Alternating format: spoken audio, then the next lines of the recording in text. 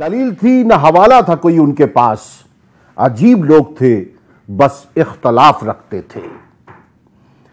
नाज़रीन, हम गुज़िश्ता कई हफ्तों से कोशिश कर रहे हैं हमारे मसाइल में हम उन मसाइल पर गुफ्तगू करें जो वाकई हमारी जिंदगी से जुड़े हुए हैं, जो हमारे मुल्क के लिए अहम मसाइल हैं। हमारे वो मसले जिनकी वजह से हमारे घर में चूल्हा जलता है, जिनकी वजह से हम बराह रास्त मुतासिर होते हैं। लेकिन हम देखते हैं कि जिन पर बहस हो रही है, जो मसाइल उभर कर ऊपर आ रहे हैं, वो मसाइल नहीं है जिन पर के बहस होनी चाहिए। तो आखिर कौन से ऐसे मसाइल हैं जिन पर हमको बहस करनी चाहिए, जिनका हमें तज़किरा करना चाहिए, जिन पर हमें गौर करना चाहिए? आज हमारे मसाइल में हम ऐसे मसाइल की तरफ तवज्जो देने की कोशिश करेंगे। हमने कोशिश इसलिए कहा क्योंकि पिछली दफा भी हमने कोशिश की थी, लेकिन मसला जो है वो भटक कर कुछ ऐसे मसाइल में उलझ गया था जिनकी तरफ हम जाना नहीं चाहते थे। आज हमारे दरमियान चार अहम शख्सियात मौजूद हैं। आइए मैं उनसे आपका तारुफ करा दूं, देर नहीं करनी है। हमारे दरमियान मौजूद है हमारे अपने ही साथी हमारे अमिताभ अग्निहोत्री साहब, हम उनका खैर मकदम करते हैं। इसके अलावा हमारे दरमियान मौजूद हैं बहुत ही सीनियर वकील डॉक्टर फर्रुख खान साहब, हम उनका खैर मकदम करते हैं, हमारे अपने वकील साहब। हमारे दरमियान मौजूद हैं इस्लामी स्कॉलर असद खान फलाही साहब, हम उनका भी खैर मकदम करते हैं। और इसके अलावा हमारे दरमियान धर्मगुरु दीपांकर स्वामी जी मौजूद हैं, हम दीपांकर स्वामी जी महाराज का भी खैर मकदम करते हैं।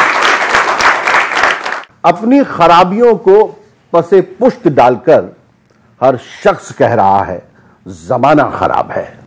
अमिताभ जी, सवाल इस बात का है, अगर आज के वक्त में जी आप अपने तजुर्बे की नजर से अगर देखें तो वो कौन से मसाइल होने चाहिए जिन पर हमें गुफ्तगू करनी चाहिए? जो आपने शुरुआत में कहा कि हम कोशिश तो करते हैं कि जो जिनीन मसले हैं, जो वास्तविक मुद्दे हैं, जो हमारी जिंदगी से सरोकार रखने वाले मसाइल हैं, वो बहस का विषय बने। लेकिन वो बनते क्यों नहीं, ये एक चिंता आपने रखी थी। मैं अपनी बुद्धि से उसका एक छोटा सा उत्तर देने की कोशिश करता हूं कि वो बनते क्यों नहीं। शिक्षित, समृद्ध और सुरक्षित जनता के बीच सियासत करना बहुत मुश्किल होता है। भूखी, अनपढ़ और अपनी मजबूरियों से जूझ रही जनता के बीच सियासत करना सबसे सरल होता है। इसलिए भी जो वास्तविक मसले हैं वो कभी मंच नहीं पाते। सबसे पहले रोटी, सुरक्षा में सम्मान भी जुड़ जाता है, हिफाजत, अपने मान्यताओं के हिसाब से, अपनी आस्थाओं के हिसाब से जिंदगी जीने की आजादी, सर पर एक छत, सुरक्षित भविष्य और अवसरों की समानता, ये सबसे बड़ा मसला है। अगर जब हम अमेरिका की ओर देखते हैं, अमेरिका से हमारी अलग किस्म की नाइत्तेफाकियां हो सकती हैं, लेकिन जब हम अमेरिका की ओर देखते हैं, जितने भी लोग मेरे परिचय के लोग जिनके बच्चे अमेरिका गए, उन सबने एक बात कॉमन कही, बाकी तो सबने अलग अलग राय दी, एक बात कॉमन कही कि वहां अवसरों की समानता सर्वोत्तम रूप में है। आप में प्रतिभा है तो आप ऊपर जाएंगे, आगे जाएंगे, फिर आपको किसी और चीज की जरूरत नहीं। बिल्कुल सही बात है। फलाही साहब, जो बुनियादी मसाइल हैं, रोटी कपड़ा और मकान है, और तालीम है, सेहत है, मैं पिछली बार भी कहा कि हर साल 1.5 लाख लोग जो है सड़कों पे मारे जाते हैं एक्सीडेंट के अंदर, 3 लाख बच्चे भूख से मर जाते हैं हर बरस। तो जब हम मजहबी रहनुमाओं को मुख्तलिफ बहसों में देखते हैं या उनके ऐलानात देखते हैं, उनके प्रोग्राम्स देखते हैं, तो उनमें ये जो चीजें हैं क्यों उभर कर नहीं आती? अभी 60 लोग अमृतसर में जो है एक ट्रेन हादसे में मर गए, वो चाहे जिसकी भी गफलत रही हो, वो मुद्दे जो हैं उसके ऊपर जो है मजहबी रहनुमा जो है आवाज बुलंद क्यों नहीं करते? आपने मुद्दों की बात करनी शुरू करी तो मेरे दिमाग में आने लगा जहन में कि कौन से मुद्दे सबसे टॉप पे आना चाहिए। और अभी आपने जिन मसाइल को बयान किया, तो अगर आप इन सब चीजों पे गौर करें मुनव्वर साहब, तो हमारे यहाँ समाजी अखलाकियात जो है ना वो दम तोड़ रही है। सोशल मोरालिटीज जो होती हैं, और सोशल मोरालिटीज जब हमारे यहाँ से खत्म हो जाएंगी तो वही सारे मसाइल पैदा होंगे जिनका अभी आपने बात करी। अभी जैसे हम मेरे सहयोगी बता रहे थे अमेरिका की और यूरोप की मिसाल दी, वहां पे सामाजिक जो अखलाकियात है, जो सोशल मोरालिटीज है, वो बहुत आला है, बहुत ही ब्रॉड है, बहुत ही उसके ऊपर वर्क करने वाले लोग, उस पर अमल करने वाले लोग बिल्कुल डेडिकेशन के साथ, बिल्कुल ईमानदारी के साथ। क्यों है? मैं बता रहा हूं आपको। देखिए अभी आपने बात करी कि अमृतसर में जो हादसा हुआ, देखिए अगर हमें एक अच्छे वकील चाहिए या अच्छे डॉक्टर्स चाहिए या अच्छे टीचर्स चाहिए या अच्छे पॉलिटिशियंस चाहिए, ये कहां से निकल कर आते हैं? आसमान से तो नहीं उतर के आते, ये माशरे से निकल कर आते हैं, सोसाइटी से निकल कर आते हैं। तो हमारा पूरा का पूरा फोकस माशरे को बेहतर बनाने का होना चाहिए। सोसाइटी जितनी बेहतर होगी, हमें उतने ही अच्छे अफराद मिलेंगे, यहां चाहे वो बस का कंडक्टर हो, चाहे वो एक ब्यूरोक्रेट हो। हमें हमारा फोकस क्या होता है, हम आइटमसाइज्ड वर्क कर रहे होते हैं कि हमें अच्छे वकील तो चाहिए, अच्छे डॉक्टर नहीं चाहिए, या अच्छे डॉक्टर चाहिए और हमें अच्छे पॉलिटिशियन नहीं चाहिए। हम कहते हैं हमारे पॉलिटिशियन जो है चोर हैं, करप्ट हैं और ये, तो भाई साहब कहां से निकल कर आएंगे? वो हमारे समाज से निकल कर आएंगे। हमारी सोशल मोरालिटीज कहां पर स्टैंड करती है, ये हमें और आपको अपना मुहासबा करने की जरूरत है और इस पर वर्क करने की जरूरत है। आप लोग जो मजहबी रहनुमा हैं, जो इस्लामी स्कॉलर्स हैं, जो धार्मिक हमारे जो गुरु हैं, उनको इस पर काम करना चाहिए कि नहीं करना चाहिए? मजहबी रहनुमा का निसंदेह एक रोल बड़ा होता है और वो हमें लगता है शायद वो इसीलिए वो मजहबी रहनुमा या आध्यात्मिक व्यक्ति बनता भी है कि वो कुछ समाज को बेहतर दे सके। हम लोग एक चश्मे से देखते हैं और वो चश्मा शायद हमें लगता है अब धुंधला हो गया, उसे बदलना चाहिए। कनाडा के अंदर, यूएस के अंदर, लंदन के अंदर फूड सिक्योरिटी बिल होता, हमारे यहां भी होता है, मगर कुछ होता नहीं है उसमें। 10 रुपए की थाली 10 दिन बढ़ती है, फिर उसके बाद विलुप्त हो जाती है, ठीक चिड़ैया की तरह जो विलुप्त हो गई, दालों पर भी नहीं दिखते। मगर उसके बावजूद भी 12 से 15 करोड़ लोगों को रोज धर्म भोजन कराता है। मैं धर्म की बात कर रहा हूं, धर्म में सभी धर्म है, किसी एक धर्म की बात नहीं कर रहा, क्योंकि हमारे मसाइल है तो फिर मैं धर्म की बात कर रहा हूं।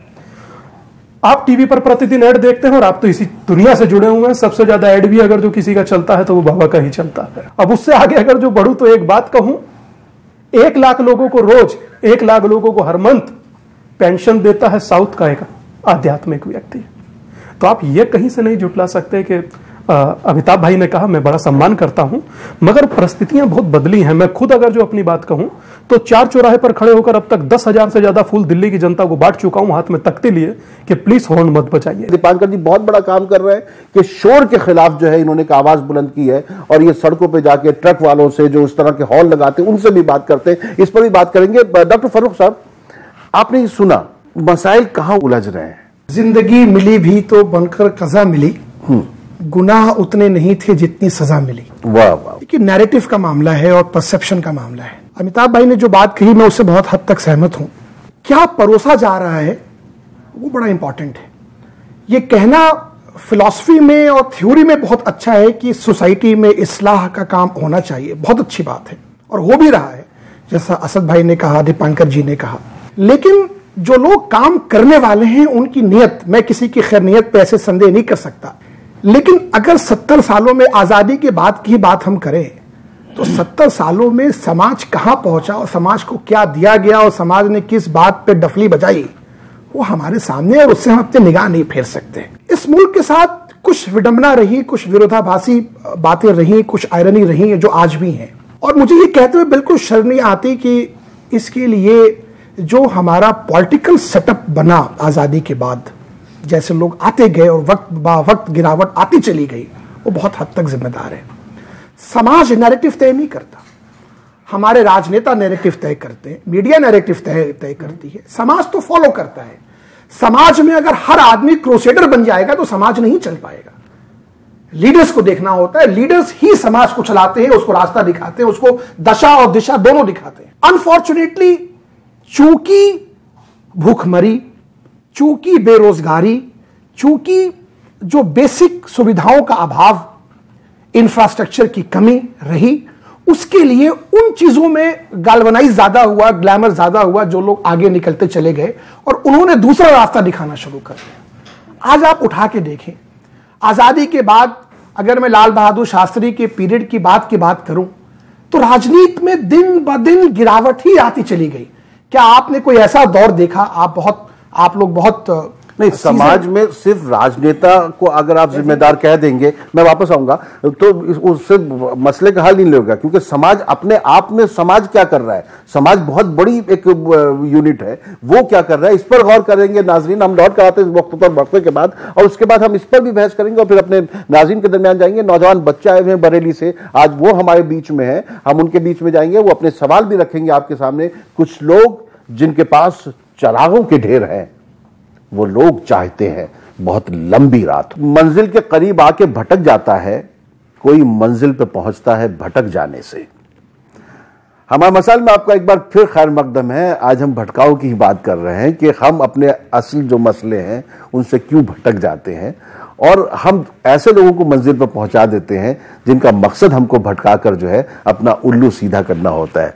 अमिताभ जी, समाज जो है उसकी क्या कुछ जिम्मेदारी नहीं है, या सिर्फ जो लीडर हैं, राजनेता हैं, वही जिम्मेदार हैं? सब समाज अनुयायी होता है एक, और जब समाज नायकत्व करने लगे, वो स्थिति आने में अभी भारत में ही, दुनिया की बात नहीं करते अपन भारत की बात करें, भारत को अभी कई 100 साल और लगेंगे वो स्थिति आने में, जब हर आदमी इतना विवेकवान हो जाए कि वो देश और राष्ट्र और समाज के बारे में एक दिशा दे पाए। तो हम सबकी भूमिकाएं समाप्त हो जाएंगी, तब हम और ननकू बराबर, तब हम और रज्जाक बराबर। वो वक्त आने में भी बहुत वक्त लगेगा, ईश्वर करे आज जल्दी आए। मैं 2-3 व्यवहारिक उदाहरण दूंगा, सिद्धांतिक बातें नहीं। मुश्किल कहां पर है? इलेक्शन कैंपेन शुरू होता है, IIM खोलो, अस्पताल खोलो, हांगकांग बनाओ, पेरिस बनाओ, इसको सिंगापुर बनाओ, इस मोहल्ले को पेरिस बनाएंगे, उसको क्योटो बनाएंगे, ठीक। और वोट से 3 दिन पहले इलेक्शन आके कहां टिकता है? औरंगजेब, बाबर, पाकिस्तान, अशोक, पाकिस्तान, मंदिर, मस्जिद। एक बार मैंने कहीं कहा सेमिनार में कि मंदिर, मस्जिद, अयोध्या, हिंदू, मुसलमान और मुगलों के नाम ये बैन कर दीजिए तो भारत का चुनाव बेमतलब हो जाएगा। एक मुख्य बात। और दूसरी बड़ी बात मैं कहता हूं, दीपांकर जी का अभियान मैं देखता हूं, श्लाघनीय है, सराहनीय है। महाराज प्रयास कर रहे हैं, अच्छी बात है, कम से कम उस दिशा में सोच रहे हैं। लेकिन दीपांकर जी जैसे लोग भारत के धार्मिक पटल पर अभी 1% भी नहीं, 0 पॉइंट समथिंग है। भारत का जो धार्मिक पटल जिस पे सब लोग हैं, उनमें कौन लोग हैं? कायमगंज और बेवर और बकेवर जैसे कस्बे और गांव से लेके और दिल्ली, मुंबई तक कौन लोग साम्राज्य चला रहे हैं? वो लोग साम्राज्य चला रहे हैं जो अफीम चटाना ही पेशा है जिनका। लेकिन मुश्किल ही है। बिल्कुल सही मित्र, आप एक लाइन और कह के बात समाप्त करूंगा। मैंने अयोध्या का विवाद देखा जब से ये विवाद राजनीतिक हुआ, तब से। मुगलों के समय में तो अपन थे नहीं, लेकिन जब से ये नया विवाद शुरू हुआ 70 से 80 से, बीजेपी भी जब से बीच में, तब से मैं देख रहा हूं। वो ले लीजिए और हिंदू पक्ष वाले ले लीजिए, 2 बड़े चैंपियन उभरे, एक हिंदुत्व का, एक इस्लाम बचाने वाले। क्या रोजी रोटी, शिक्षा, स्वास्थ्य किसी की चिंता में कभी नहीं रहा ना। मुश्किल तो ये है, आसाराम बापू भी वही चूरन बेच रहे जो जामा मस्जिद का इमाम बेच रहा है। उस चूरन को, इनका चूरन खाओ तो नींद में रहोगे, उनका चूरन खाओगे तो भी नींद में रहोगे। मुश्किल यहां पर ये है। लेकिन एक और मुश्किल है, देखिए अमिताभ जी, जैसे दीपांकर जी जैसे लोग हैं जिनकी, और बहुत से हमारे जो देखने वाले हैं जिनकी हजरत राम में आस्था है, जो मंदिर चाहते हैं कि बने, लेकिन मसला क्या होता है कि जब आप जीत के आ जाते हैं तो 4 साढ़े 4 तक आपको मंदिर की याद नहीं आती। अब चुनाव करीब आ रहा है तो फिर मंदिर की बात होगी। तो अब दीपांकर जी जैसे लोग जो एक लाइन कहता हूं, मंदिर बने या मस्जिद बने, गुरुद्वारा बने, चर्च बने, इसमें शासन सत्ता का क्या लेना देना, राजनीति का? ये समाज का काम है। वो समाज को आप IIM बनाओ, एम्स बनाओ, आपको मैंडेट इसलिए देते हैं। मंदिर तो हम खुद बना लेंगे। ये भारत में 6.5 लाख मंदिर हैं। नहीं, लेकिन 6.5 लाख मंदिर सरकारों ने बनाए। राम का मंदिर उनकी जन्मभूमि में जो इनकी आस्था है, वो उस हिसाब से अगर नहीं बनेगा तो फिर अरे उन राम जी का मंदिर तो चलो बड़ा बन गया, इन बच्चों का मंदिर कैसे बनेगा? ये क्या करेंगे? तहसीन भाई, इनका मुस्तकबिल देखना ज्यादा जरूरी है मित्र। 2-3 महत्वपूर्ण बातें जिनकी तरफ इशारा किया अमिताभ भाई ने, मैं उन्हें भी, उनके बारे में भी 2 बात कहूंगा, मगर मैं जरूर कहना चाहूंगा कि आप सिर्फ मठों में बैठने के लिए या मस्जिदों में बैठने के लिए आप आध्यात्मिक व्यक्ति नहीं बनते। आप दुनिया को देकर क्या जा रहे हैं, महत्वपूर्ण यह है। तकरीबन 3 मिलियन बच्चों को मैं खुद मेडिटेशन सिखाया और एक चवन्नी चार्ज नहीं किया, ये सोचकर क्योंकि ये आने वाला मुस्तकबिल है, भविष्य का, आने वाले कल के यही भविष्य है। मैं कभी स्कूल से 1 रुपया चार्ज नहीं करता। उत्तर प्रदेश पुलिस को मेडिटेशन सिखा रहा हूं, ये सोचकर नहीं कि पुलिस है, ये सोचकर क्योंकि ये लोग हमारी रक्षा करते हैं, रात रात भर टहलते हैं सिर्फ इसलिए कि हम लोग सो पाए। वो आपने ठाए आपने तो नहीं सिखाया था? नहीं सर, शायद मेरी आवाज से आप समझ सकते हैं कि मैं ठाए वाली पार्टी तो कम से कम नहीं हूं, समझे ना। एक शब्दावली थी कि death will kill you later but your ignorance will kill you much before it. आपको मौत बाद में मारती है, आपकी अज्ञानता आपको बहुत पहले मार देती है। तो मैं 2-3 बातें रखना चाह रहा था, जैसे कि अमिताभ भाई ने भी कहा, सबसे बड़ी अशिक्षा को लेकर के, और फिर अशिक्षा के साथ जो शिक्षा में माफिया बैठे हैं, शिक्षा में माफिया राज चल रहा है। एक सीट 15 लाख से 35 लाख तक बिकती है MBA और BBA की, जो मेरे सामने की चीजें मैं देखा हूं, मैं अपने सामने की बातें देखा हूं। तो ये भी एक बड़ी बात है कि जो एक गरीब आदमी है वो 35 लाख और 20 लाख और 50 लाख शायद कभी ना दे पाए, और जो इतना दे के शिक्षा हासिल करेगा वो कहीं से निकालेगा नहीं। वो ठीक वैसे ही है कि आप जब आप टिकट पैसा देकर ले रहे हैं तो आप रतालू छीलिएगा, एक ही काम है आपका कि आप भी डकैत और देने वाला तो था ही। तो अर्थ कहने का कुल मिलाकर यह है, मैं फारूक भाई की बात से और अमिताभ भाई की बात से 100% नहीं 200% सहमत हूं कि इस देश को पंगु, अपाहिज, कुरूप, बदसूरत बनाने में सियासत का सबसे महत्वपूर्ण रोल है। भाई, अगर आप पूरे इतिहास का मुताला करें और उसकी स्टडी करें तो सामाजिक मूवमेंट्स के जरिए ही समाज में रिफॉर्म आते हैं। पॉलिटिकल मूवमेंट्स के जरिए कभी समाज में रिफॉर्म नहीं आते हैं। जैसा अभी इन्होंने कहा कि पॉलिटिकल पार्टीज की जिम्मेदारी एम्स बनाएं, आपका IIM बनाएं और हॉस्पिटल, स्कूल्स बनाएं, ये समाज का काम है। अगर राम मंदिर के इशू पे ही आप बात करें तो राम मंदिर आज तक इसलिए नहीं बन पाया क्योंकि इसको पॉलिटिकल पार्टीज ने हाईजैक कर लिया। अगर ये सिर्फ सोशल और धार्मिक गुरुओं के हाथ में रहता तो अब तक मस्जिद भी बन चुकी होती और मंदिर भी बन चुका होता और हिंदू मुस्लिम एकता बाकी रहती। मैं एक बात और अपनी आखिरी में करूं, जैसा अभी आपने कहा कि इन जैसे लोग 1% है। अगर आप पूरी सोसाइटी का असेसमेंट करें और सोसाइटी का कंपोजिशन देखें तो 70% लोग कौन से होते हैं? जो ट्रेडिशनल और कन्वेंशनल होते हैं, जो आबा अजदाद हमारे पूर्वज चले आ रहे हैं उसी सोच पे चल रहे हैं।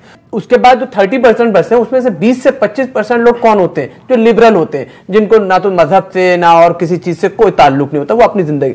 5% ऐसे लोग होते हैं जो किसी नई थ्योरी को, जब आप कोई नई बात पेश करेंगे, उनको एक्सेप्ट करने की उनके अंदर सलाहियत और मादा होता है। जैसे कि अभी स्वामी जी कह रहे हैं कि डू नॉट हॉन्क, आवाज ना, शोर ना मचाया जाए, और हमारे अपनी सोसाइटी के अंदर जो है साइलेंस किस तरह मेंटेन किया जा सकता है। इन सब चीजों पे जो ये लोग मानने वाले कितने लोग होंगे, या इस सोच को मानने वाले लोग सिर्फ 5% होंगे। मैं स्वामी विवेकानंद जी को कोट करूं कि उन्होंने कहा कि जब आप कोई नई चीज समाज के सामने पेश करेंगे तो सबसे पहला फेस होता है क्या, कि वो आपका मजाक उड़ाएंगे, अरे ये तो बेवकूफ आदमी। और ये सेकंड स्टेज आएगी जिसके अंदर वो आपको क्रिटिसाइज करेंगे, आपको आलोचना करेंगे, और थर्ड स्टेज आएगी, कहेंगे नहीं आप बिल्कुल सही थे, हम आपको एक्सेप्ट करते हैं जैसा आपने कहा। स्वामी जी, तो ये वो चीजें हैं जी। तो ये एक दिन में देखिए, change does not happen overnight. एक रात में कोई चीजें नहीं होती, टेक डिकेड्स, सालों लगते हैं किसी भी चीज के रिफॉर्म में। तो आपको चाहिए कुम्र असर होने तक, कौन जीता है तेरी जुल्फ के सर होने तक। उसके दिल से पूछो नाकामियों की लज्जतें,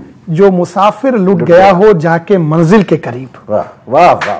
जो अमिताभ भाई ने बातें कही ना कि इन 4-5 इश्यूज को आप बैन कर दीजिए, चुनाव में मुद्दे ही नहीं बचेंगे, मैं उसी बात पे एक आगे बढ़ा के कहूंगा, और समाज को भी मजा नहीं आएगा। बैन है, अभिराम सिंह का जजमेंट है सुप्रीम कोर्ट का, रिसेंट 7 जजेस का कॉन्स्टिट्यूशनल बेंच, उसको करप्ट प्रैक्टिस कहा है सेक्शन 123 सब क्लॉज 3 में सुप्रीम कोर्ट। कितनी पॉलिटिकल पार्टीज, चाहे वो कांग्रेस हो, बीजेपी हो, कोई भी पार्टी हो इस देश की, कितनी पॉलिटिकल पार्टीज को सुप्रीम कोर्ट की सैंक्टिटी का ध्यान है कि भारत के सर्वोच्च न्यायालय जो इस बात को कह रहा, और इस बात को जानना चाहिए कि डेमोक्रेसी में जो होली बुक है, डेमोक्रेसी की जो होली बुक है वो क्या है? वो कॉन्स्टिट्यूशन है। उसका जो गार्जियन सुप्रीम कोर्ट बैठा हुआ है, उसका एक कॉन्स्टिट्यूशनल बेंच जजमेंट देता है, और आप उसकी धज्जियां उड़ा रहे हैं रोज खुलेआम। कोई बोलने वाला है? वकील साहब, एक सेकंड का इंटरव्यू करूंगा बस। बहुत बेहतर होता, वो तो कभी संज्ञान नहीं लेंगे, मैं एक सुझाव देता हूं एक नागरिक के हिस्से से, बहुत बेहतर होता कि हिंदुस्तान की सबसे बड़ी अदालत 25-50 बड़े लोगों को सुओ मोटो संज्ञान लेके जेल भेज देती अब तक, तो इसके बाद से ना बांस रहता ना बांसुरी बजती, जान लीजिए। नहीं, मैं आपकी इस बात को बिल्कुल आप सही कह रहे हैं। आप नहीं भेजेंगे। आप आज तक किसी को घृणा फैलाने वाली स्पीच पर बड़े आदमी को सजा नहीं हुई। आप इस बात को समझिए अमिताभ, एक मसला आया था बाल ठाकरे का, इस मसले में भी मुझे पता क्या हुआ जब नरसिंह राव प्राइम मिनिस्टर थे। मैं आपको इसका जवाब दूं। देखिए समस्या क्या है, आप समझिए बात को। हमें यथार्थ में आना होगा, रियलिटी में आना होगा। एक सरकार कुछ लोगों पे, जो सही है मैं मानता हूं, मुकदमा चलाती है दंगा भड़काने का, दंगा करवाने का, हेट स्पीच देने का, हेटरेट फैलाने का। एक सरकार आती है, उन मुकदमों को वापस ले लेती है और कानून में, आईपीसी में उस सरकार को यह पावर है, उसको यह अधिकार प्रदत्त है कि वो मुकदमे वापस ले ले। अब उस समय उस समाज को खड़ा होना होता है कि आप ऐसा क्यों कर रहे हैं। लेकिन समस्या क्या है, लोगों को क्या चाहिए? रोटी, कपड़ा, मकान, शिक्षा। हमारे देश के नेताओं ने, सियासत, पॉलिटिकल स्ट्रक्चर ने क्या दिया? शिक्षा दी? नहीं दी। प्राइवेटाइजेशन देख लीजिए शिक्षा में। स्वास्थ्य दिया? नहीं दिया। आज भी अगर आपको इलाज कराना हो, अगर पैसे आपके पास अगर जेब में है, तो आप प्राइवेट अस्पताल में ही जाना चाहेंगे, क्योंकि मुझे लगता है कि सरकार का प्राइवेट अस्पतालों के साथ कुछ नेक्सस है, ताकि वो हमारी सोशल जो सिक्योरिटी सर्विसेज है उसको वो पनपने देना चाहते। आप देखिए नीतियों का, आप देखिए शिक्षा, बेरोजगारी का, जो कपड़े का, मकान का, आप उठा के देखिए। शर्म आनी चाहिए हम लोगों को। आज तो इस पर बात क्यों नहीं होती? सवाल तो इसी बात का है कि जो लोग भीड़ लगा लेते हैं। मैं दो बातें बहुत सही बात इन्होंने, एक बात असद भैया, बस मुझे 1 सेकंड दीजिएगा। आपको पता है कि हिंदुस्तान में सबसे ज्यादा कुपोषित बच्चे रहते हैं। शर्म आनी चाहिए हम लोगों को, और शर्म से डूब मरना चाहिए नेताओं को, जिन्होंने 70 साल में हिंदुस्तान को यहां पहुंचा के छोड़ दिया कि आज सबसे ज्यादा कुपोषित बच्चे दुनिया में, अफ्रीका के भी मुकाबले, लैटिन अमेरिका के भी मुकाबले आपके देश में, मेरे देश में। आप विश्वगुरु बनने की बात करते हैं, आप अपने बच्चों को खाना नहीं खिला सकते और आप विश्वगुरु बन जाएंगे। कहां से बन जाएंगे? बातों से नहीं देश चलता, काम से चलता है। नाज़रीन, बहुत अच्छी बात कही है, बहुत अच्छी बहस हो रही है, और सवाल इसी बात का है कि जब ये इस तरह के मुद्दे हमारे सामने, इतने मसले हमारे सामने, इतने मसाइल हमारे सामने मौजूद हैं, तो फिर हम उन मसाइल में क्यों उलझते हैं जो वाकई हमारा मसला है ही नहीं। ये तो इंसानों के टूटे हुए दिल है साकी, हमसे टूटे हुए सागर नहीं देखे जाते। उन मसाइल पर, जिन मसाइल पर आपकी तवज्जो है ही नहीं। कारोबारे जिया सलामत है, यानी अब तक दुकान सलामत है। कोई सवाल उधर से आ रहा था जी। हम लोग एजुकेशन सिस्टम को एक कॉमन ग्राउंड पे क्यों नहीं ला सकते?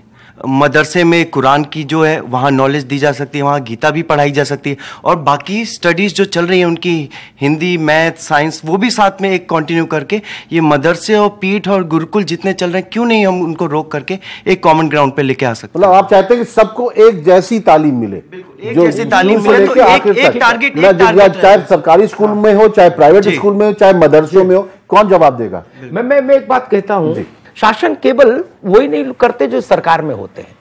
शासन अलग अलग तरीकों से होता है। आप व्यापार पर कब्जा कर लें तो भी शासन करते हैं, धर्म पर कब्जा कर लें तो भी शासक हैं, और राजनीति में आ जाए तो भी शासक हैं। वो लोग हमेशा चाहते हैं कि 2 क्लास एक साथ ट्रेवल करें। एक बहुसंख्यक क्लास हो जो जिंदाबाद लगाए, और एक शासक वर्ग के लिए अलग नर्सरी हो। चुनिंदा लोगों के लिए एक अलहदा किस्म की, खास किस्म की दीवाने खास हो, और दीवाने आम में बाकी सब पढ़ते रहे भेड़ बकरी की तरीके से, जो पढ़ जितना पढ़ जाए। ज्यादा पढ़ जाएंगे तो भी मुश्किल पैदा करेंगे, यह भी भय रहता है। इसलिए पश्चिम के कई देशों ने इस बात को सुनिश्चित किया, ब्रिटेन उसका उदाहरण है, कि प्राइमरी एजुकेशन सरकार ने अपने हाथ में रखी, प्राइवेटाइज किया ही नहीं, कि कम से कम जब तक बच्चे के दिमाग में तमाम चित्र गढ़ते हैं जीवन भर के लिए, तब तक बच्चा एक रूप में एक से कपड़े पहनकर पढ़े, चाहे राजा का हो और चाहे भिखारी का हो। जी दीपांकर जी कुछ कह रहे हैं। अभी जब पीछे मैं नॉर्थ अमेरिका के टूर पर था, बेसिक हमारे मेडिटेशन वर्कशॉप थे, तो वहां मैंने खबर पढ़ी, न्यूज, एक CP24 कर कनाडा का न्यूज चैनल है, देख रहे थे, तो उसमें पता लगा कि जॉर्ज डब्ल्यू बुश की बिटिया का कार ड्राइव करते हुए चालान हो गया। कल्पना कर सकते हैं, अमेरिका के राष्ट्रपति की बिटिया का चालान हो जाना। यहां आप किसी को कार रोके, पार्षद का चालान नहीं हो सकता महाराज। सुनिए सर, आपका दिल खुश होगा, यहां किसी की कोई कार रोके, पार्षद सिर्फ फोड़ देगा। किसी का चाचा MLA, किसी का भाई पुलिस में, किसी का ताऊ अफसर है, किसी का नाना कुछ है और किसी के कुछ थे और किसी का दिमाग खराब है। नहीं देखिए सर, बेसिक स्थिति इतनी। महाराज प्रधान जी घर से चलते हैं, उससे पहले बस रुक जाती रोड पर, बोले आ रहे हैं। कोलैप्स कर चुका है, मतलब कि worst of the scenario. Sir वही बात है, हम यही कह रहे हैं। तहसीन भाई, मैं बात कंप्लीट कर दूं। आप लोग इन सब चीजों पर क्यों नहीं शोर मचाते? मैं बात कंप्लीट कर दूं अगर आप इजाजत दें तो। जी, सिस्टम इतना कोलैप्स कर चुका है कि सिचुएशन वर्स्ट हो चुकी है, वर्स्ट ऑफ द सिनेरियो। परिस्थिति क्या है कि जो ये यूथ सामने बैठा है ना सर, वो हम लोगों से जवाबदेही मांगे। हम लोग, अर्थात ये कि हम जैसे लोग, हम लोग तो जो करते आपको सड़कों पर दिखाई दे ही जाएंगे, मगर जो हम जैसे लोग हैं, आप लोग अभी प्रश्न पूछते हुए हिचकिचा रहे थे।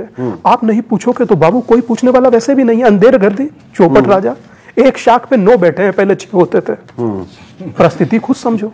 लेकिन दीपांकर जी, मैं कह रहा हूं कि जो मजहबी रहनुमा हैं, धार्मिक गुरु हैं, उनके कहने पर फिल्म उतर जाती है, उनके कहने पर उनके वो जब भीड़ उनके साथ जो चलती है तो वो किस तरह का माहौल बन जाता है जिसमें हुकूमतें घबराने लगती हैं, कांपने लगती हैं। तो आप इन इश्यूज के ऊपर क्यों नहीं आगे निकल रहे? हम लोग इन्फ्लुएंस। मैंने एक बार मैं यही कह रहा हूं, मैंने उस दिन कहा। एक मिनट महाराज जी, मैंने एक बार भारत के मान्य 4 पीठों में से, दीपांकर जी जानते हो, मान्य 4 पीठें जो है शंकराचार्य के लिए, जो आदि शंकर ने स्थापित की थी, उनके एक शंकराचार्य को गलती से कह दिया कि महाराज कश्मीर में थोड़ा प्रयास करो, नॉर्थ ईस्ट में करो, कन्या भ्रूण हत्या पर करो, शराबबंदी पर करो, तो वो हमसे नाराज हो गए, बोले हमको मरवाने का काम कर रहे हो। वो चांदी का छत्र लेके चलना चाहते हैं। मुश्किल तो यहां है तहसीन भाई, एक सिस्टम ऐसा होना चाहिए कि ब्रॉड बेस्ड एजुकेशन सिस्टम, जो इस वक्त पूरी दुनिया के अंदर माना गया कि 12 साल तक आपको किसी भी तरह की कोई भी एजुकेशन नहीं दी जाएगी सिवाय एक एजुकेशन के। 12 साल के बाद बच्चे को यह अख्तियार होगा कि वो किस फील्ड में जाना चाहता है। वो क्या धार्मिक गुरु बनना चाहता है, क्या वो डॉक्टर बनना चाहता है, क्या वो लॉयर बनना चाहता है, चाहे वो मैं तो कह रहा हूं कि आप लोग जो है इस तरह के मामला को आगे बढ़कर क्यों नहीं, आपको जब टीवी डिबेट से फोन जाता है, आज हम इस पे डिबेट कर रहे हैं, आप क्यों नहीं कहते इस पर मत कीजिए, आप अमृतसर पे कीजिए, आप जो है वहां पे इतने सारे लोग हर आदमी मैगी बना रहा है, 2 मिनट मैगी। डिबेट में मैंने कई बार कहा है ऐसे, जो हमने कहा कि इनका जनता से, आवाम से कोई ताल्लुक नहीं, इस तरह की डिबेट करने का क्या फायदा? तो पता जवाब क्या आता है कि वो हम डिसाइड करेंगे, हमें किसे, आप हमें मशवरा मत दीजिए कि हमें किस पे डिबेट करनी है। चुनाव आ रहा है, अब चुनाव आ रहा है, अब चुनाव आ रहा है, मंदिर मस्जिद हर तरह के सारी चीजें आ जाएंगी। अवरूश जो फिलोसफर है, इब्ने रुश्द जो उर्दू में जाने जाते हैं, उसने कहा कि जहां के लोग धर्म को बहुत ज्यादा मानते हो और अशिक्षित हो, जहां जहालत बहुत ज्यादा हो, तो धर्म का चोला पहनाकर उनसे कोई भी काम करवा लो, वो कर लेंगे। हिंदुस्तान के अंदर, India is a pro religion country, Hindustan के अंदर धर्म जो है लोगों की नसों में बहता है, और धर्म के नाम पर यहाँ पर आप लोगों से एक दूसरे को देख चुके हैं हमारे 70 साल में क्या होता है। धर्म तो बहता है, लेकिन धार्मिक नजर नहीं आते लोग, यही तो वजह मजहब तो है लेकिन दीन नजर नहीं आ रहा। जब हम ये कहते हैं, सवाल पूछ ले। तहसीन भाई, एक बात पहले आपसे कहूं, उसके बाद आगे बढ़ाइए। बताइए, अपने दिल पर हाथ रखकर आपसे कितनी बार कहा कि ध्वनि प्रदूषण पर एक बार प्रोग्राम कर लीजिए, मस्जिदों से भी उतरवाइए लाउड स्पीकर। सर, मैंने मंदिरों से उतरवाए, मस्जिदों से उतरवाए, आप करिए सर। आपके प्रोग्राम प्लेटफॉर्म पर फलाही साहब जैसे लोग आते हैं, हालांकि फलाई जी ने उतार दिया हमारे कहे से या हमारे प्यार में, परंतु और लोग नहीं उतार रहे सर, उतरवाइए उनसे। देखिए, ये लोग बीमार होते हैं, मरीज होते हैं, बुजुर्ग होते हैं, कोई रात भर बच्चे आजकल पढ़ रहे होते हैं, उसमें मतलब मजहब से लेना देना है ही नहीं। आप जिस समाज की अखलाकियात की, अखलास की जो मजहब बातें करते हैं, उसके खिलाफ है सारी चीजें। एक दिल की बात कह रहा हूँ, दिल की बात एक कह रहा हूँ, हमारे यहाँ दम तोड़ रही समाज के अखलाकियात। मस्जिद हो, मंदिर हो, चर्च हो, गुरुद्वारा हो, ये पीस के लिए जाने जाते हैं, और शोर शैतान की आवाज होती है। सही बात। और सुनिए आप, मैं तो आज कह रहा हूं, और 2-3 बार धमकी धमकी भी दे दिए मुझे। आप अगर जो ये एक बार कहें कि मस्जिद से उतारिए, हो सकता है अगले प्रोग्राम में फतवे के साथ बात बहुत कहा गया है, मैंने लिखा भी है, बहुत मतलब देवबंद से भी कहा गया है, लिखा हुआ भी गया है, मैंने कई बार लिखा है, ऐसी बात नहीं।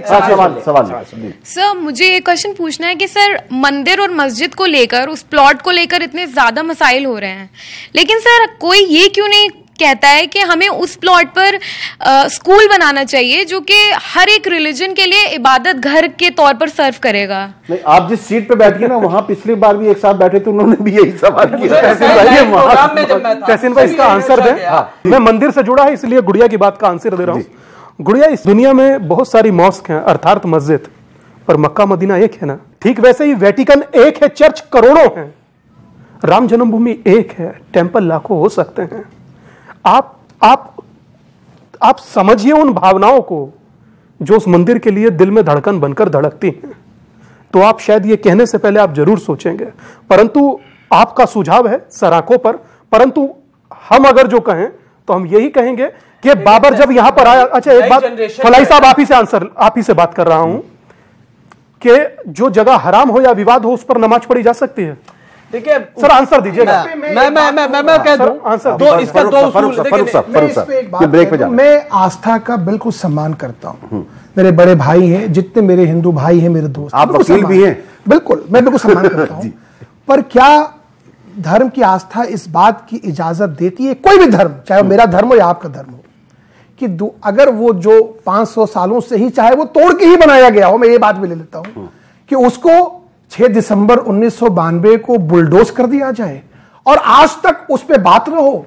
सारे धर्मगुरु को, जो हमारे हिंदू धर्मगुरु हैं, मुसलमान धर्मगुरु, खासतौर से जिम्मेदारी उनकी ज्यादा है, इस बात में भी तो कहें कि वो लोग जिन्होंने एक मस्जिद को तोड़ दिया, मैं कहता हूं शहीद कर दिया, उस पे उसका वो क्या भगवान राम उसको इंडोर्स करेंगे कभी? क्या भगवान राम ये चाहेंगे कि जिस तरह से कलंकित किया गया हिंदुस्तान को, हिंदुस्तान की डेमोक्रेसी को, धर्म को, सबको, वो क्या जायज था? नहीं था। जहां तक बात राम मंदिर बनने की है, हम आपके साथ हैं। हम नहीं कहते कि राम मंदिर वहां नहीं बनना चाहिए, हम बिल्कुल कहते हैं कि राम मंदिर बनना चाहिए, लेकिन हिंदू धर्मगुरुओं की भी ये जिम्मेदारी है कि डंके की चोट पे खड़े होकर कहें कि जो 6 दिसंबर फिर वही चलेगा। हम अपने मसाइल से भटक जाएंगे। एक मिनट, आपने शुरुआत में एक बात कही थी कि मुद्दे, असली मुद्दे कहां खो जाते हैं, यही उसका मुजाहिरा यहाँ देख लीजिए। नाज़रीन, यह वक्फे के बाद लौट कर आते हैं और देखते हैं कि इस गुफ्तगू का क्या नतीजा निकला। आज हमारी कोशिश थोड़ी सी कामयाब हुई है, हम इस तरह के ये सिलसिले जारी रखेंगे, लेकिन लौट कर आते हैं इस मुख्तसर वक्फे के बाद। सरजमीन हिंद पर अक़वामे आलम के फराख काफिले आते गए, हिंदुस्तान बनता गया। बहती हुई आंखों की रवानी में मरे हैं कुछ ख्वाब, मेरे एंड जवानी में मरे हैं। हमारे मसाइल में आपका एक बार फिर खैर मकदम है। आज हम बात कर रहे थे कुछ ऐसे मसाइल की, कुछ ऐसे ख्वाबों की जो हमने देखे थे कि आज़ादी के बाद हमारा मुल्क यहाँ से कहाँ पहुँचेगा। जो हमारे जद्दोजहद आज़ादी के लिए जो हमारे लड़े थे, हमारे रहनुमा लड़े थे, उनके ये ख्वाब थे। जो फांसी पर झूले थे, उनके भी ये ख्वाब थे कि एक हिंदुस्तान को एक ऐसी मंजिल की तरफ लेकर जाएंगे। लेकिन 70 बरस के बाद भी हमें ऐसा महसूस होता है कि आज भी हम हिंदुस्तान और पाकिस्तान की सरहद पर खड़े हुए हैं, एक दूसरे का गिरेबान पकड़ रहे हैं। हम हिंदू मुसलमान में बटे हुए लगते हैं, मुख्तलिफ खानों में बटे रहते हैं। मुसलमान भी जो है शिया सुन्नी बरेलवी देवबंदी उसमें बढ़ जाते हैं, हिंदुओं में भी जात पात इस तरह से बढ़ जाते हैं। यानी कि तकसीम की जो आदत है वो हमारे दिमाग से अभी तक नहीं गई है। अब बस आखिर में हम देखना चाहते हैं कि हम जो मौजू लेकर चले थे उस पर कहां तक कामयाब हुए। बस एक सवाल और ले लेते हैं जी। मेरा सवाल ये है कि हमारे मुआशरे की जो खामियां हैं इस पे कुछ पॉलिटिकल लीडर्स का भी रोल है, क्योंकि हमारे पॉलिटिकल लीडर्स उतने एजुकेटेड नहीं हैं जितना उन्हें होना चाहिए। तो क्या हम ऐसा नहीं कर सकते कि अगर किसी को असेंबली इलेक्शन लड़ना है तो उसको ग्रेजुएट होना कंपलसरी है, या किसी को MP का इलेक्शन लड़ना है तो उसको पोस्ट ग्रेजुएशन होना कंपलसरी है? क्योंकि हमारे पॉलिटिकल लीडर्स जितना एजुकेटेड होंगे वो उतना मुआशरे को बेहतर बना सकते हैं। बड़ी अच्छी बात कही। जब व्यापम चल रहा हो मुल्क में, एक ऐड आता है, ये क्या चल रहा है, बोले फॉक चल रहा है। वैसे जब व्यापम चल रहा हो तो वो डॉक्टरेट की डिग्री ले आएंगे भाई साहब, पकड़े भी तो जाते हैं, डिग्री ले आएंगे। नहीं उसमें नहीं लाए थे, नहीं दिल्ली सरकार में लाए भी थे, उनको वजारत छोड़नी भी पड़ी, वकालत की डिग्री लाए थे। कितनों को पकड़ेंगे? वही हाल है कि वाई नाकामी के मताए कारवां जाता रहा और कारवां के दिल से एहसास जिया जाता रहा। हम किस तरफ जा रहे हैं उसका एहसास भी हमारे अंदर अब खत्म हो चुका है। बच्चे ने बड़ी अच्छी बात कही, उसने लीडरों के लिए कहा, क्या हम वोटरों की जो अहमियत इस हिसाब से न लगाएं कि अगर 12वीं पास है तो उसके वोट की कीमत 1 पॉइंट हो गई, जो ग्रेजुएट है उसके वोट की कीमत 2 पॉइंट हो गई, जो पोस्ट ग्रेजुएट है उसके वोट की अहमियत 3 पॉइंट हो गई, और PhD वगैरह 4-5 इस तरह। तो इस तरह से जब वोट देंगे तो क्या आपको लगता है कि अच्छे नुमाइंदे आ पाएंगे? नहीं, देखिए एजुकेशन बहुत इंपॉर्टेंट है, इसमें कोई शक नहीं है, लेकिन जैसा अमिताभ भाई ने कहा कि जब व्यापम चल रहा हो तो डिग्रियां तो ऐसे ही आपको मिल जाती हैं। देखिए, ये मैं आपको एक वकील होने के नाते 2-3 बातें बता दूं जो आपके लिए लिटमस टेस्ट का काम करेगा। इलेक्शन कमीशन ऑफ इंडिया की वेबसाइट है, उस पे जाएंगे, हर कैंडिडेट की पूरी इलेक्शन एफिडेविट मौजूद है, एक क्लिक पे खुल जाएगी। सारा उसका कच्चा चिट्ठा आप देख लें, कितने मुकदमे चल रहे हैं उसके ऊपर और किन आरोपों में मुकदमे चल रहे हैं।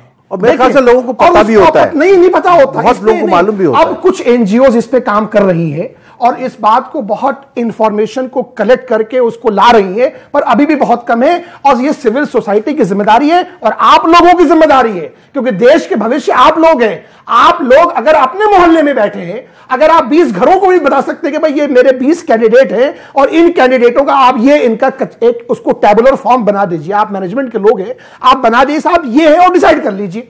तो डिग्री से नहीं होता। मान लीजिए मैं आपका एमपी का कैंडिडेट हूं, मेरे पास लॉ में पीएचडी की डिग्री है, मैं आपके यहां से बरेली से चुनाव लड़ रहा हूं और मेरे पे 13 मुकदमे चल रहे हैं, तो क्या मेरी डिग्री मुझे उन मुकदमों से एक्सोनरेट कर देगी? नहीं कर देगी। आप उसका इतिहास देखें, उसके एंटीसीडेंट देखें और आप उससे सवाल पूछें, और सवाल तो आप पूछते ही रहे हर जगह। फ्री इंक्वायरी और क्वेश्चंस रेज करना बहुत इंपॉर्टेंट है। जब तक आप ये नहीं करेंगे, ये राजनेता और हमारे और भी जो लोग, मैं बहुत लोगों का नाम नहीं लूंगा, ये आपको धर्म की चरस और अफीम पिलाते रहेंगे और ऐसे ही समाज खत्म होता चला जाएगा। तो जिम्मेदारी आप लोगों की बढ़ना पड़ेगा। जी, फलाई साहब, आप क्या कहना चाहेंगे? देखिए, मैं तो यही कहना चाहूंगा कि जैसा उन्होंने कहा कि there are some people they are just a degree holder. अगर आप मास्टर ऑफ बीए की, उससे वो मकसद नहीं है। तरबियत कैसी हुई है, आपकी सोच कैसी है, वो आपकी अहमियत का वो फोकस होना चाहिए, उस पर तवज्जो होनी चाहिए। तभी आप अच्छे पॉलिटिशियन दे पाएंगे, तभी आप अच्छे ब्यूरोक्रेट्स दे पाएंगे, अच्छे पुलिस ऑफिसर्स भी आप दे पाएंगे। मेन है तरबियत, और उसकी सबसे बुनियादी जगह वो है हमारा स्कूल, जहां से बच्चे निकल कर आते हैं, जो जनरेशन निकल कर। अभी आप देख रहे होंगे इन बच्चों में अक्सरों ने राम मंदिर की जगह पर या मस्जिद के जगह पर क्या बोला, मुसलमानों में भी और हिंदुओं में भी क्या कहा उन्होंने कि वहां स्कूल या हॉस्पिटल बना दो। क्यों? क्योंकि उनको लगता है कि अब जो है हमारे जो मेन पर्पज है या हमारी जिंदगी का मेन कंसर्न है वो ये है कि हम कैसे शिक्षा हासिल करें, कैसे हम इन उलझनों से निकलकर ऊपर आए कि जो 30 साल हमारी जनरेशन ने, पिछली 2 जनरेशन इसमें लड़ते हुए गुजर गई, तो उसको कैसे खत्म किया जाए। बस एक आखिरी सवाल ले लीजिए। मेरे हिसाब से हिंदुस्तान में किसी भी मंदिर या मस्जिद में ये शिक्षा नहीं दी जाती है कि आप हिंदू को या मुस्लिम को गलत नज़र से देखो। फिर भी हमारे ये पॉलिटिशियन सर हिंदू मुस्लिम की पॉलिटिक्स कर रहे हैं। इस पे सर आपके बहुत अच्छी बात है, बहुत अच्छी बात है। मजहब नहीं सिखाता आपस में बैर रखना, मजहब नहीं सिखाता आपस में बैर रखना। हिंदी है हम, हिंदुस्तान वतन है हमारा। हाँ, हिंदी है हम, वतन है हिंदुस्तान हमारा। बस यही है। आपको जो ये बात कहे, जो आपको ये कहे, देखिए कोई भी धर्म किसी दूसरे धर्म की बुराई नहीं करता, सारे धर्म महान हैं। जो आदमी आपको आके भड़काए उसको वहीं इनकाउंटर कीजिए, उसको एक्सपोज कीजिए, एक्सपोज करते रहिए, अपने आप ऐसे लोग खत्म हो जाएंगे।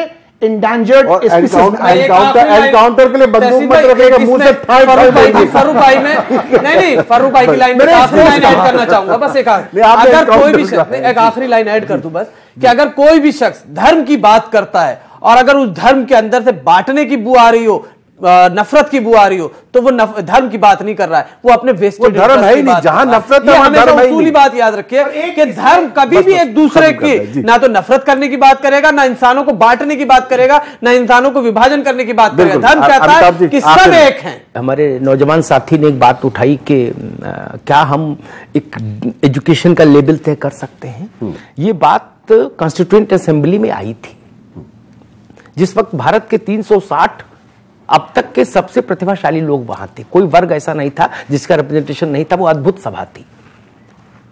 तो वहां कहा गया कि नहीं, ये ठीक नहीं होगा। जनता का नुमाइंदा तब आदमी बन पाए जब डिग्री हुई, ठीक नहीं। मैं इसका एक उदाहरण देता हूं, उससे बात बाद में गुनिएगा जाके अपने बरेली में। हिंदुस्तान में सबसे ज्यादा अच्छे और पवित्र मन के लोग लोकसभा और विधानसभा में तब आए जो बिल्कुल अनपढ़ थे। पहली, दूसरी, तीसरी, चौथी लोकसभा और राज्यों की विधानसभा है 52 से लेकर 62 तक की। जब हर आदमी जिसके ऊपर 27 मुकदमे हैं, वो भी MA LLB है डिग्री में, उसको ओढ़े के बिछाएं। एक मैं कहूंगा जब भी हम लोगों से मेरा मतलब जिसमें तहसीन मुनव्वर भी हैं, फलाई साहब भी हैं, दीपांकर जी भी हैं, वकील साहब भी हैं, भारत के बारे में कोई राय बनाए, कोई रास्ता खोजने की कोशिश करें, तो हमको ये ध्यान रखना चाहिए कि नोएडा, गाजियाबाद, दिल्ली, मुंबई, बेंगलुरु भारत नहीं है। सही। अभी भी फेसबुक सबसे ज्यादा व्याप्ति का दावा करती है। क्या 135 करोड़ हमारी आबादी और 33 करोड़ के पास की पहुंच है फेसबुक की मैक्सिमम, ठीक है ना। यानी अभी भी 100 करोड़ पार ऐसी आबादी है जिसको जगत की गति नहीं पता, उसको जगत की गति पता ही नहीं। टीवी क्या कह रहा है, तहसीन मुनव्वर ने कौन सा शेर पढ़ा और दीपांकर जी ने कौन सा अभियान चला दिया। जिस भारत की बात अमिताभ जी ने कही है, उस भारत तक अपनी बात किस तरह पहुंचाई जाए, उसमें जो मजहबी रहनुमा हैं, धार्मिक गुरु हैं, वो कितना अहम रोल अदा कर सकते हैं। हमसे ज्यादा है और हमसे ज्यादा भूमिका है उन लोगों और वो इस तरह के मुद्दों को किनारे करके असल मुद्दों को मौलाना साहब की सुनते हैं, पंडित जी की सुनते हैं। WHO की रिपोर्ट के मुताबिक 6.5 करोड़ लोग हिंदुस्तान में डिप्रेशन में हैं और मिडिल ईस्ट की इसको सुसाइड कैपिटल भी कहा जाता है, अकेले रहने के मामले में, डिप्रेशन के मामले में। तो अब मेरा नेक्स्ट टारगेट वो होगा, मैं उस पर काम करूंगा। पर धर्म को अफीम कहने वालों को यह जरूर सोचना चाहिए, मार्क्स ने कहा था कि धर्म अफीम का नशा है, मगर मार्क्स भूल में था कि उसने धर्म को नशा कहा और हम भूल में हमने नशे को धर्म कह दिया। तो a little knowledge is a very dangerous thing. अधूरा ज्ञान खतरनाक है। मुझे हो तो नुकसान नस्लों को होगा, हीरो को हो तो पिक्चर पिटती है, नेताओं को हो तो सियासत खराब, और माँ बाप को हो तो नस्लें बिगड़ती हैं। तो अर्थ कहने का कुल मिलाकर यह है, हम सबको मिलजुल कर वो भारत बनाना चाहिए जिसकी बात हम यहां कर रहे हैं। और हम लोगों के साथ साथ आप भी उस दायरे में हैं, आपको भी सोचना चाहिए जो शाम के 5 से रात के 10 तक हिंदू मुस्लिम चूरन बेचते हैं। सबको आईना देखना चाहिए, सबको आईना देखना चाहिए। हमारे मसाइल में आज हमारी कोशिश कुछ हद तक कामयाब रही है, ये सिलसिला जारी रहेगा। हम जो अपने असल मसाइल हैं उनकी तरफ लाना चाहते हैं, क्योंकि जैसे जैसे चुनावी बुखार चढ़ेगा आप देखेंगे कि उस तरह के मुद्दे सामने आएंगे, उस तरह के मसले सामने आएंगे जो पसे पुष्ट डाल दिए गए थे। लेकिन हमें अपने असल मसाइल पर बिल्कुल पुख्तगी के साथ कायम रहना है। हमें कहना है कि हमें तालीम चाहिए, हमें कहना है हमें सेहत की गारंटी चाहिए, हमें कहना है हमें रोजगार चाहिए, हमें कहना है कि हमें वो हिंदुस्तान चाहिए जिसका ख्वाब हमारे रहनुमाओं ने, उन रहनुमाओं ने देखा था जो हंसते हंसते इस वतन के लिए फांसी के झूलों पर झूल गए थे। हम ऐसे भारत के लिए हमें कोशिशें करनी होंगी। फिरका फिरका, काफिर काफिर, खेलते खेलते जब तू थक जाए, जालिम आलिम मुझसे मिलना, मैं तुझ पे फतवा दूंगा। अगले हफ्ते मिलते हैं फिर हमारे मसाइल।